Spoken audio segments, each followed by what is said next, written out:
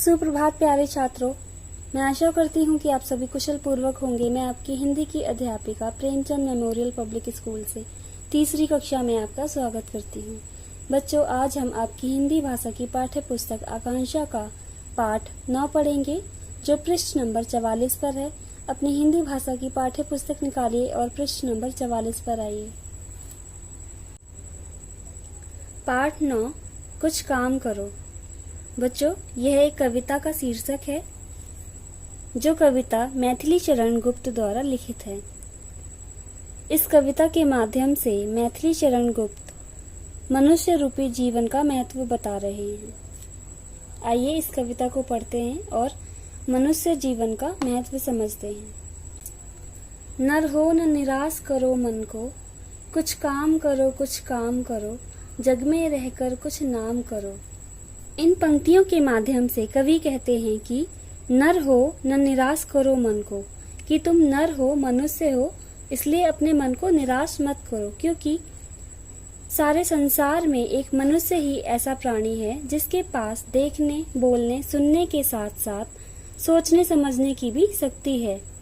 वह समझ सकता है कि उसके लिए क्या अच्छा है, क्या बुरा है।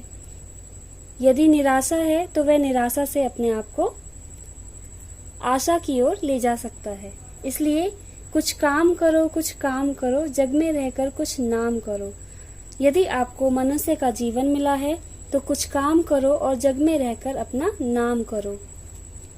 संसार में मनुष्य के साथ साथ अन्य प्राणी भी हैं जो आत्मनिर्भर नहीं है। मनुष्य ही एक ऐसा प्राणी है जो आत्मनिर्भर हो सकता है, अन्यथा जानवर और पेड़ पौधे, पशु पक्षी ये दूसरों पर निर्भर रहते हैं, अर्थात मनुष्य पर निर्भर रहते हैं। ओके, परंतु मनुष्य ऐसा प्राणी है जो अपने साथ साथ दूसरों के लिए भी कुछ कर सकता है। जीवन में एक लक्ष्य निश्चित करके उसकी प्राप्ति कर सकता है और अपना नाम कर सकता है।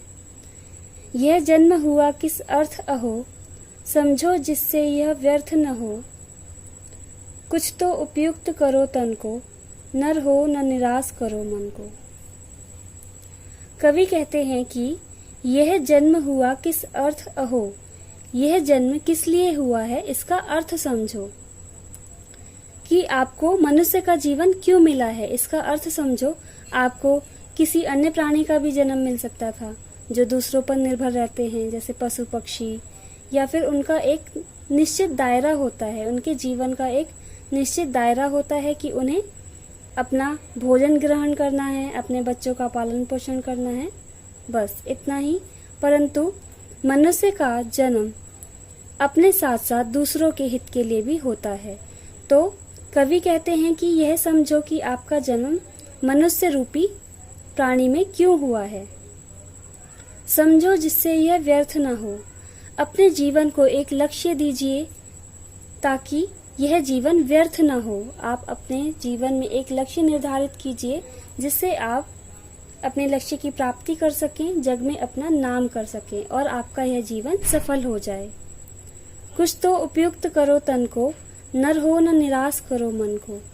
मनुष्य एक ऐसा प्राणी है जिसे 5 तत्वों की शक्ति प्राप्त है। देखने, सुनने, समझने, सोचने की शक्ति प्राप्त है। तो इस तन का उपयुक्त करो, इस तन का कोई उचित उपयोग करो। नर हो न निराश करो मन को।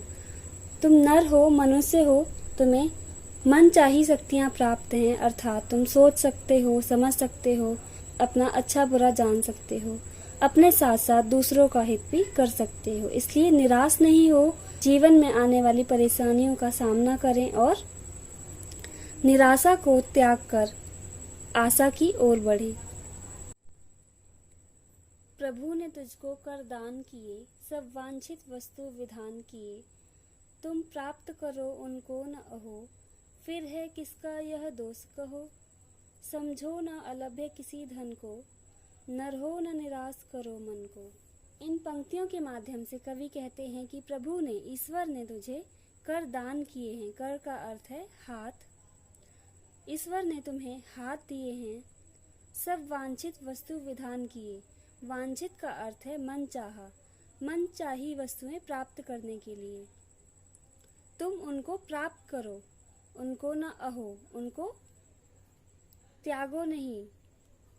अपनी मेहनत से, अपने परिश्रम से उनको प्राप्त करो। फिर है किसका यह दोष कहो, यदि मनुष्य रूपी जीवन का भी आप लाभ न उठा सकें तो यह किसका दोष है? यह मनुष्य का ही दोष है, क्योंकि इस जीवन में हम अपने साथ साथ दूसरों के हित के बारे में भी सोच सकते हैं और अपने जीवन के लक्ष्य की प्राप्ति भी कर सकते हैं, अपना लक्ष्य निर्धारित कर सकते हैं। संसार में अन्य प्राणी हैं, पशु पक्षी, जानवर, पेड़ पौधे, इनका कोई लक्ष्य नहीं होता है, परंतु मनुष्य का एक लक्ष्य होता है, जिसलिए वह जीवन यापन करता है, जीवन को एक अर्थ देता है। इन पंक्तियों का अर्थ है कि जीवन में यदि आप किसी लक्ष्य की प्राप्ति चाहते हैं तो उसे आप असंभव मत समझो। धन का अर्थ है अपने जीवन में आप जो भी लक्ष्य निर्धारित करते हैं उसकी प्राप्ति को असंभव मत समझो। यदि मनुष्य चाहे तो सब कुछ संभव है। नर हो न निराश करो मन को। आप नर हो, मनुष्य हो, इसलिए अपने आप को निराश मत करो। आप सब कुछ कर सकते हो यदि आप करना चाहते हो तो। अर्थात जीवन में आने वाली सभी निराशाओं का सामना करते हुए, सभी परेशानियों का सामना करते हुए अपने लक्ष्य की ओर बढ़ना चाहिए। अपने जीवन में आशाओं के द्वार खोलने चाहिए, निराशा से दूर होना चाहिए। ओके बच्चों, इस पाठ का संदेश है परिश्रम ही सफलता की कुंजी है। आप परिश्रम से सब कुछ प्राप्त कर सकते हो, अपने जीवन में सफलता पा सकते हो। बच्चों, आपका यह पाठ समाप्त हुआ। मैं आशा करती हूँ कि आप यह पाठ अच्छी तरह से समझ चुके हैं, मनुष्य जीवन का महत्व समझ चुके हैं। ओके, पृष्ठ नंबर 45 पर आपको अभ्यास माला दी गई है। पृष्ठ नंबर 45 पर आइए। बच्चों, यह आपकी अभ्यास माला है। पृष्ठ नंबर 45 और 46 पर आपको अभ्यास माला दी गई है। आप इस कविता को एक बार और अच्छी तरह से पढ़ेंगे। उसके पश्चात दी गई अभ्यास माला को अपनी पुस्तक में करने का अभ्यास करेंगे। यदि आपको इस कविता से संबंधित कोई प्रश्न पूछना है तो आप बेझिझक पूछ सकते हैं। धन्यवाद।